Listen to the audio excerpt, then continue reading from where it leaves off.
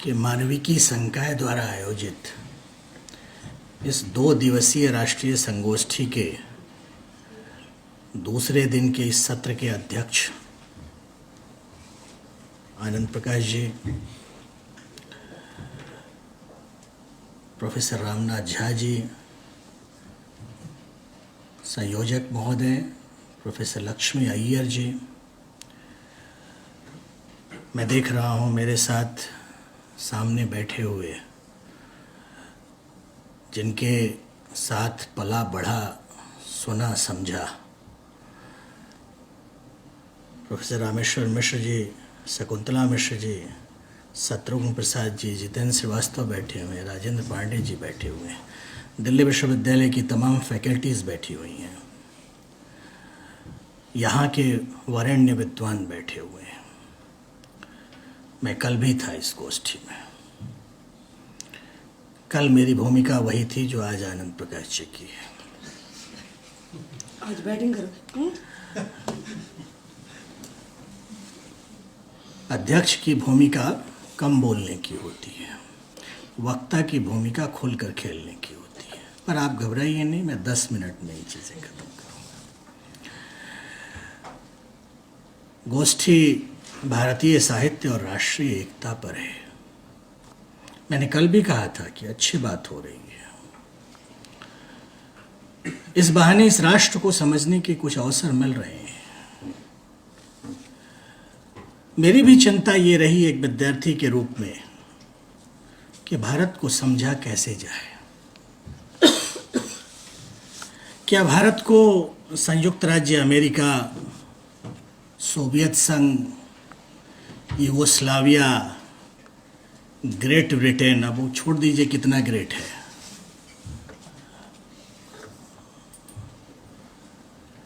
इन Nations की तरह समझा जा सकता है क्या? मैं जब ऐसा आपसे जिज्ञासा प्रकट कर रहा हूँ, ये प्रश्न मैं खुद से भी पूछता हूँ कि क्या भारतीय राष्ट्र को समझने के मूल्य और मापदंड वही हो सकते हैं जो इन राष्ट्रों के हैं?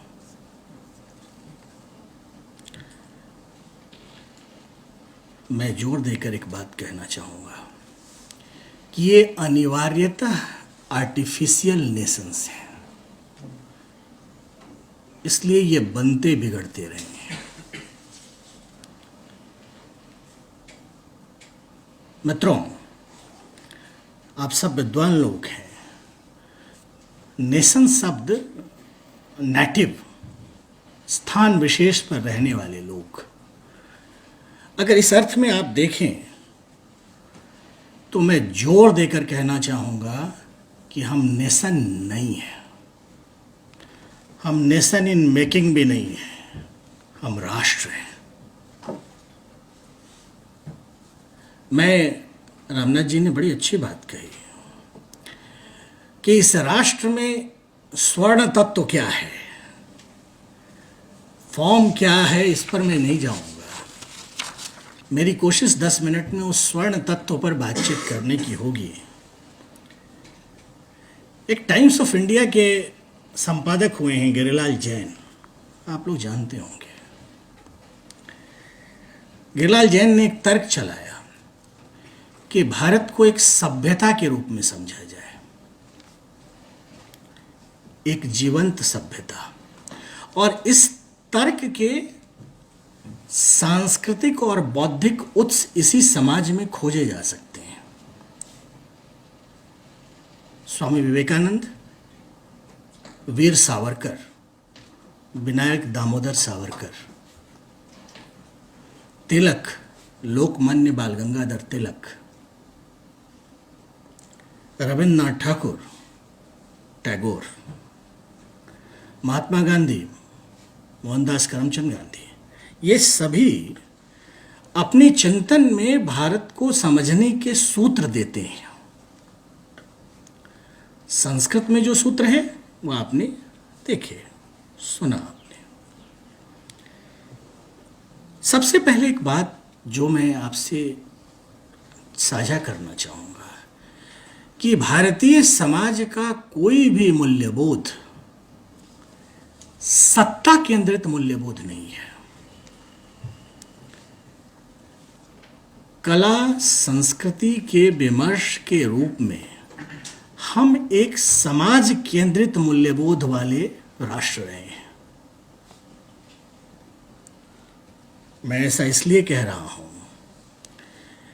कि जब आप समाज केंद्रित इन चीजों को नहीं समझते और नेशन को अनिवार्यता एक राजनीतिक अवधारणा मानते हैं, तो फिर आप सांस्कृतिक राष्ट्र को भी किसी संगठन, दल और सत्ता से जोड़कर देखने लगते हैं, और उससे जो जितनी शिकायतें आपकी होती हैं सब सांस्कृतिक राष्ट्र से शिकायतों में बदल जाती हैं। मेरा आपसे निवेदन है कि राष्ट्र की अवधारणा को आप एक समाज केंद्रित अवधारणा मानकर विवेचन करेंगे तो सांस्कृतिक एकरूपता के सूत्र आपको मिलेंगे। मित्रों, पश्चिम को उद्धृत करना एक साहब हुए हैं बेनेडिक्ट एंडरसन, आप जानते होंगे, सोशल साइंटिस्ट हैं, कैम्ब्रिज में पढ़ाया है। उनकी एक पुस्तक है इमेजिन्ड कम्युनिटीज, और राष्ट्र की अवधारणा पर वो विचार करते हैं वहां भी, और वहां एक तर्क निकल कर आता है, जिन मित्रों ने पढ़ा ही होगा, कि राष्ट्र एक भौगोलिक और राजनीतिक इकाई हो, पर वह एक अनुभवजन्य और काल्पनिक इकाई भी है। मसलन इसका संकेत यह है कि कोई राष्ट्र कैसा है और किसी राष्ट्र को आप कैसे समझें, यह इस बात पर निर्भर करता है कि उसे आप बरतते कैसे हैं। और भारतीय राष्ट्र को कैसे बरता गया, इसके चिन्ह आपने रामनाथ जी के भाषण में जरूर सुना होगा। मैं उन चीज़ों को दोहराऊंगा नहीं। मेरा कहना है कि यह जितनी निर्मिति है, जितनी राजनीतिक निर्मिति है, उससे ज़्यादा एक अनुभवजन्य निर्मिति है। अगर रविंद्र बाबू के शब्दों को उधार लें तो अर्धेक मानवी तुम्हें अर्धेक कल्पना। स्वयं महर्षि अरविंद राष्ट्र को एक संस्कृति के रूप में अनुभव और जीने की बात करते हैं। इसीलिए इसी अर्थ में हमारा अतीत कोई व्यतीत चीज नहीं है, कोई व्यतीत अवधारणा नहीं है, वो हमारे लिए एक सजीव अवधारणा है। और इसी अर्थ में ये कंटेंट की खोज की बात होती है। इस सजीवता को आप हमारे ग्रंथों में पढ़ सकते हैं। मेघदूत, कालिदास के मेघदूत में प्राक ज्योतिषपुर जानते हैं, पूर्वोत्तर से लेकर हिमालय तक का वर्णन है। वो राष्ट्र को जीते हैं। संस्कृति के रूप में राष्ट्र को अनुभव करना, जीना भारतीय राष्ट्र की निरंतरता का कारण बनता है। इसके चिन्ह कई जगहों पे देखे जा सकते हैं।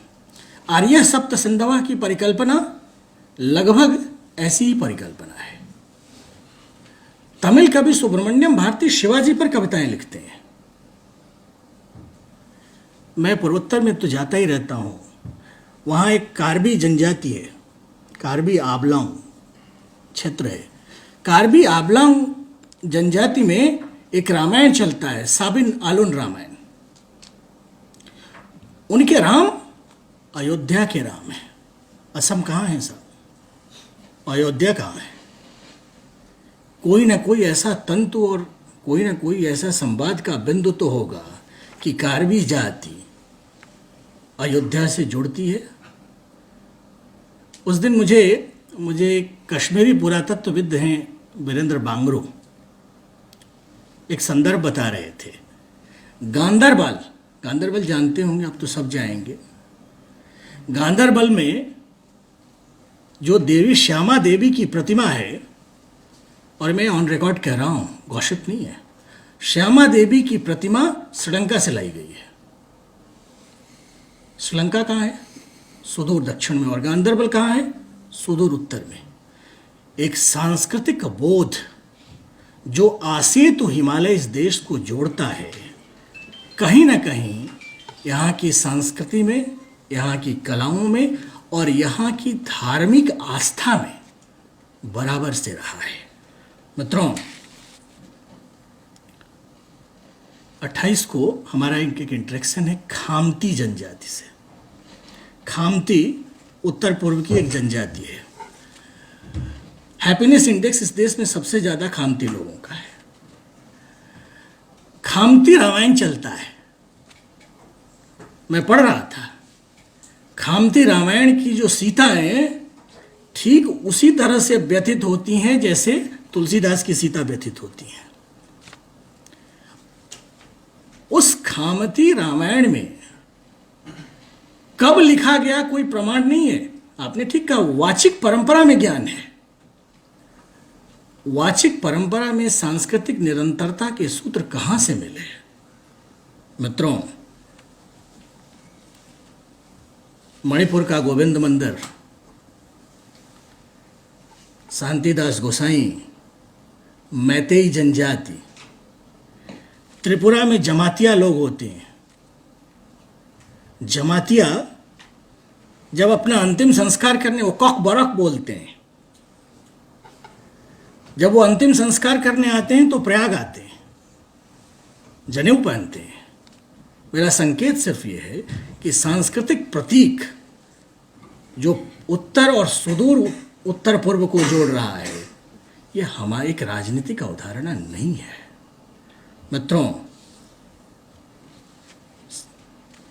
उत्तरं यत् समुद्रस्य हिमाद्रिश्चैव दक्षिणं वर्षम तत् भारतम नाम भारती यत्र संतति। मित्रों, यह एक कल्पना जिसमें आसे तो हिमालय, इस देश में एक ऐक्य का भाव रहा। चीनी यात्री वेंसांग इस देश में आता है तो यहां के निवासियों को हिंदू कहता है, हिंदू कहकर पुकारता है।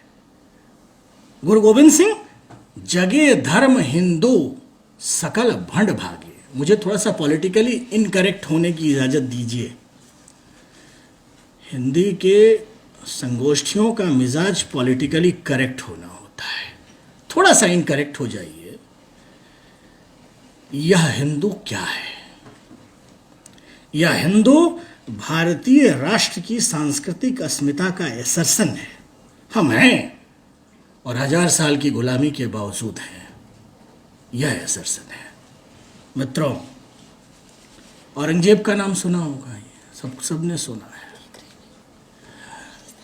औरंगजेब का भारतीय संस्कृति के साथ क्या रिश्ता था, ये भी आप जानते ही होंगे। मैं जब ऐसा कह रहा हूं तो भारतीय राष्ट्र को कैसे जिया जाता है, इसकी तरफ आपका इशारा ले जा रहा हूं। औरंगजेब की बेटी थी जैबुन्निसा बेगम और उनकी भतीजी ताज। ताज की कुछ पंक्तियां मैं पढ़ के सुना रहा हूं। छैल जो छबीला, सब रंग में रंगीला, बड़ा चित्त का अड़ीला, कहूं देवतों से नारा है। ये ताज कह रही हैं। माला गला सोहे, नाक मोती सेत जो है, कान कुंडल मन मोहे, लाल मुकुट सिरधारा है, दुष्ट जन मारे, सब संत को उबारे ताज, नंद जू के प्यारा, चित्त में निहारे प्रण प्रीत करन वारा है, नंद जू को प्यारा, जिन कंस को पछारा, वह वृंदावन वारा, कृष्ण साहेब हमारा है। यह भाव है।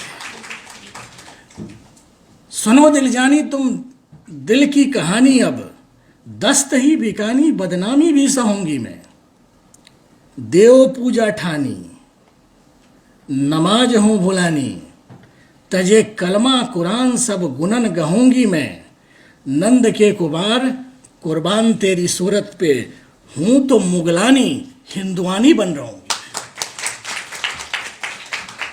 यह जो भाव है, इसको, यह हिंदुआनी पांथिक नहीं है, यह हिंदुआनी पॉलिटिकल नहीं है, यह हिंदुआनी आर्ट ऑफ लाइफ है। मित्रों, इस हिंदुआनी को जीना भारतीय राष्ट्र की सांस्कृतिक अस्मिता को जीना है। और यही जीना है जब जयशंकर प्रसाद कहते हैं चाणक्य के माध्यम से कि जब तुम मालव और मगध को भूलकर संपूर्ण आर्यावर्त को याद करोगे तो वह तुम्हें मिलेगा। इसी को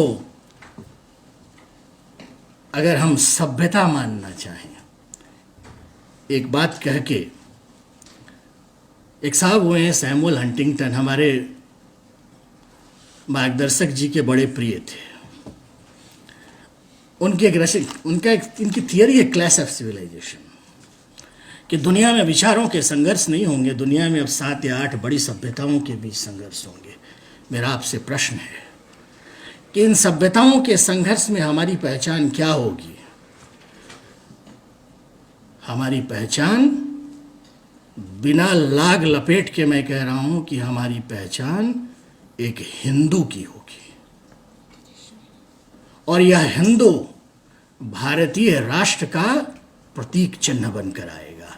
हाँ, इसकी संकीर्ण पांथिक और राजनीतिक व्याख्या या सत्ता केंद्रित व्याख्या हमें उस विराट उद्देश्य से मुक्त करेगी जिसकी तरफ हमारे साहित्य और कलाएं इशारा करती हैं। एक चीज और, इस सोच को रसखान जैसी, ताज हसरत मोमानी, इकबाल, कप्तान राम सिंह ने उतनी ही शिद्दत से बनाया है जितना कल्हड़, मम्मट, अभिनव गुप्त, कालिदास, तुलसीदास और सुब्रमण्यम भारती ने बनाया है। यह सांस्कृतिक राष्ट्र अपनी विरासत और नियत में एक समवेत रचनात्मकता का प्रतिनिधि है, और इसको अगर देखना हो तो इस रूप में देखिए कि 1000 साल की गुलामी और हम चौचक खड़े हैं। दुनिया के और देश मिट गए और हम हैं कि मुस्कुरा रहे हैं। आपका बहुत बहुत आभार।